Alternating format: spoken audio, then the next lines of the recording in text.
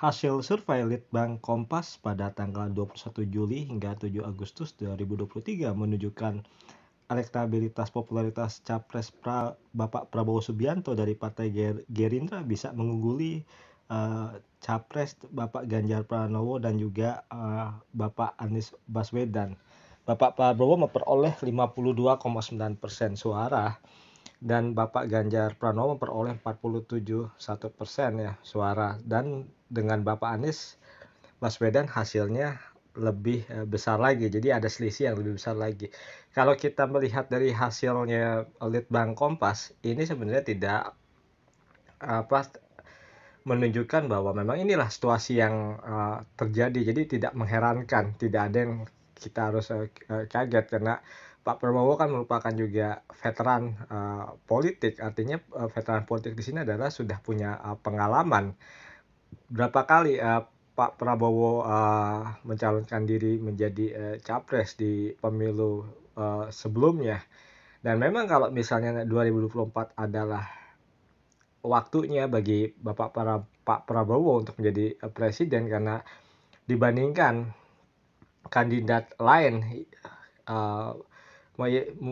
Pak Prabowo mempunyai visi yang lebih kuat bagaimana membawa negara ini ke depan, khususnya dalam bidang keamanan ya, karena situasi juga di wilayah Asia Pasifik juga tidak begitu menggembirakan. Jadi Pak Prabowo adalah calon yang untuk saat ini salah satu yang terkuat ya untuk bisa menjadi presiden Indonesia 2024. Karena juga Pak Prabowo kan saat ini juga menjabat sebagai Menteri Pertahanan dan Keamanan. Jadi beliau sudah memegang jabatan inti juga di kabinetnya Pak Jokowi, bahwa ini adalah salah satu jabatan menteri paling strategis karena mengurus mengenai masalah keamanan di Indonesia.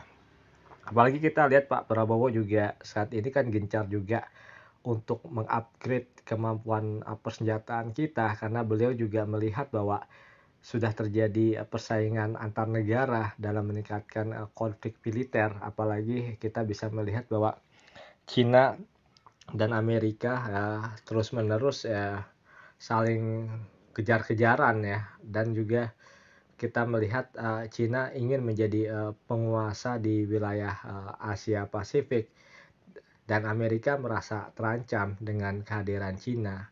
Dan di sini adalah kita bisa melihat posisi Indonesia ini seperti apa. Kita mungkin tidak akan terlibat dalam perseteruan antara Cina dan Amerika, tetapi ketika itu nanti perang bisa terjadi dan berlangsung, Indonesia juga bisa terkena dampak dari serangan tersebut karena wilayah kita juga sangat dekat. Dan disinilah yang Bapak Prabowo Subianto sebagai Menteri Pertahanan dan Keamanan membaca situasi ini tidak menguntungkan. Oleh karena itu satu-satunya jalan ketika saat ini beliau menjabat sebagai Menteri Pertahanan dan Keamanan adalah mengupgrade kemampuan senjata TNI, supaya jika perang antara Amerika dan Cina terjadi, benar-benar terjadi secara real time, bahwa TNI siap untuk mengantisipasi termasuk juga senjata-senjata rudal, pesawat-pesawat atau kapal laut yang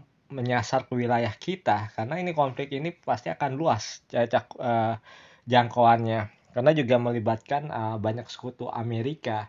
Cina pun pasti akan di-backup juga oleh Rusia dalam perang ini. Jadi akan ada aliansi militer yang akan saling bertempur, walaupun hanya dua negara, tetapi di belakang dua negara ini kan pasti akan banyak. Tentu Amerika akan didukung juga oleh Korea Selatan dan Jepang, serta sudah jelas Taiwan ya kan. Belum nanti NATO bisa dioperasikan ke kawasan Pasifik, walaupun memang untuk aliansi wilayah Atlantik. Jadi semua skenario ini bisa terjadi, dan Bapak Prabowo Subianto telah melihat hal itu sama sekali tidak menguntungkan bagi keamanan Indonesia.